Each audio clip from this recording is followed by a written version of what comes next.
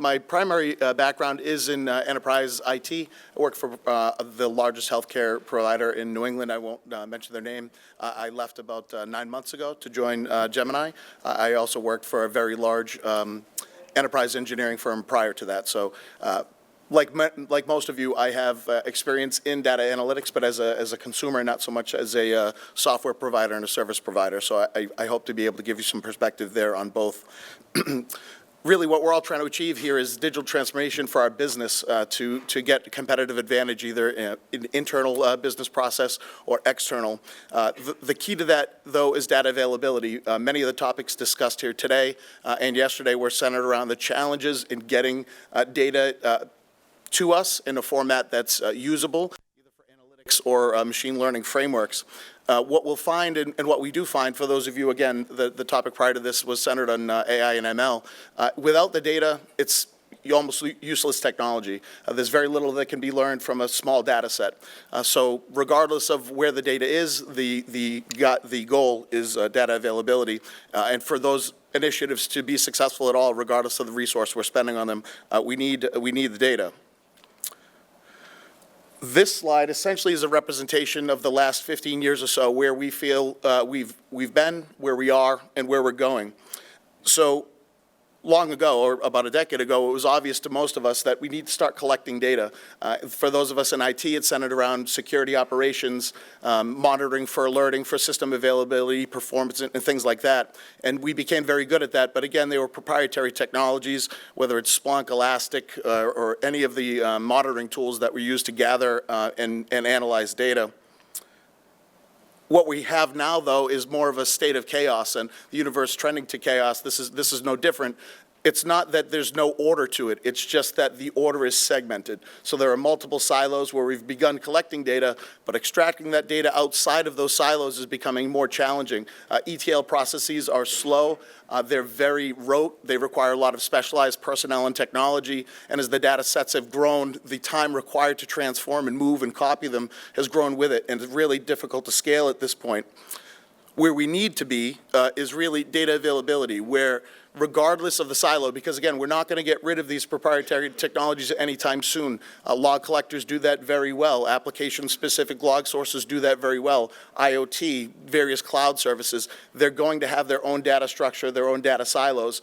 The desire is to have a unified layer where we can access all that data so we can start to gain some knowledge and feed these ML frameworks the larger sets of diverse data that they're looking for.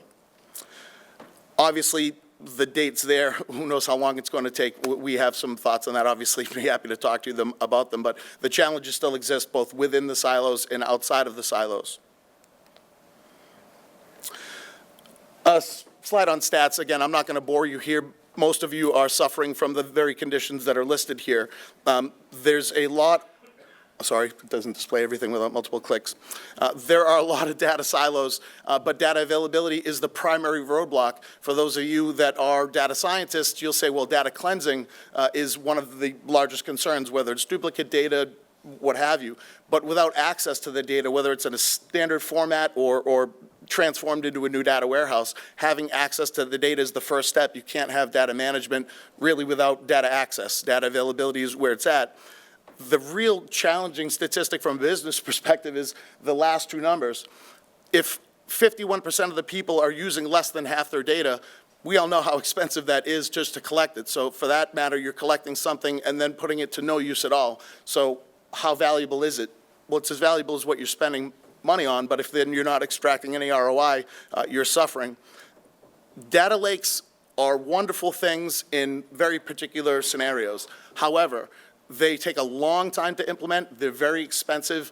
I personally have suffered as a technology manager where you spend a lot of money training people, and then at the end of that training, a percentage of them leave for another opportunity. So either pay a premium to keep the talent, or you lose the talent, which you spent money on, again, training. So it can be a little frustrating.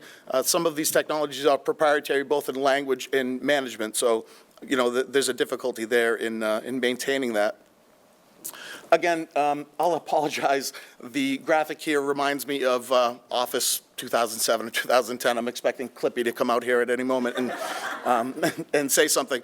Really, it's just a representation of regardless of the technology, there will always be a new silo. It doesn't matter if it's a data warehouse, a data lake, cloud, another Internet of Things device, some other technology 4.0 thing that has yet to be branded yet by Gartner.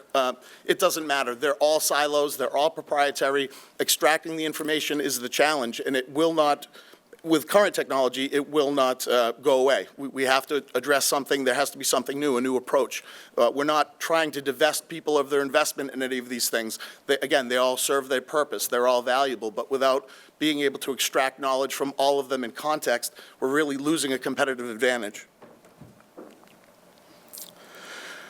Again, another very busy slide, and it's meant to represent an analog of what exists. Many of you that are involved in ETL and BI understand the lengths to which you go to get data from multiple sources into a place that it can be analyzed and reported on effectively. The larger the data set, the longer it takes, and in many cases, it ages out. So you end up with data that has to be a certain age by the time it's effective.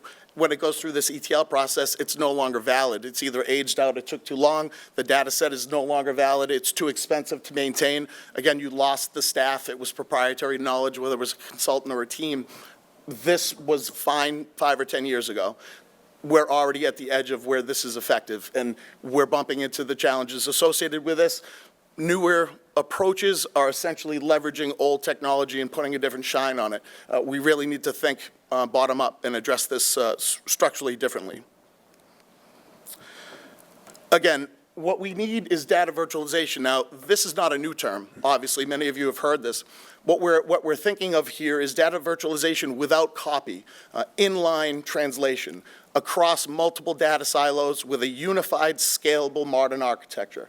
So, again, eliminating the need for proprietary knowledge across your organization, but the ability to extract that information without leveraging that specialized IT resource.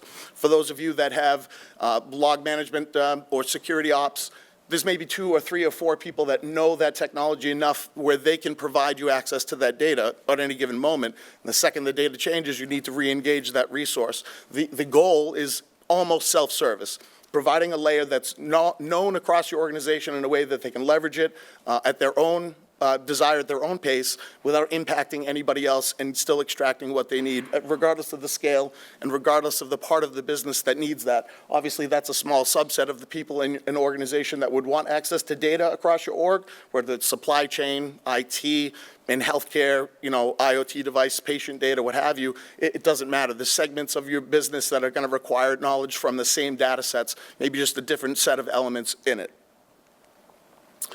So here, the goal really is to converge the data sets, make them available, connect them to existing processes and tools. Again, the goal is not to divest you of your knowledge. You've invested in training, you've invested in technology, and it serves a purpose. It works.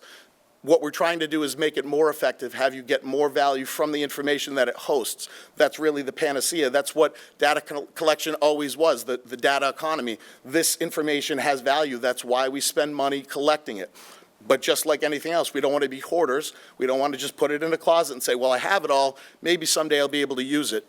We need to use it. The next generation decision management, regardless of the industry, prescriptive knowledge, predictive analytics, all of those things require access to all of the data. It's like anything else. Your course, if you're taking a course, is only as useful as the information that's provided in it. If there's only 3 topics, shouldn't be a semester-long course. You're not going to get much out of it. If it's dense in material, it's going to learn more. Machine learning frameworks are a great example of that. There's been several articles recently about lung cancer detection. Large data sets were provided for that to learn, and the larger the data set, the more effective and the more accurate it was. That's just one example. That's really what we're trying to address here is data availability, getting it all not out of its silos, just available where it sits without copying it, translating it, incurring additional cost. So, it's not obviously as deep a concept. This is a new technology and a new approach. We'd love to talk to you more about it at our booth. For those of you that didn't have the chance to stop by yesterday, we'd love to see you today. I do see some familiar faces. You can certainly come by again if you did stop by yesterday.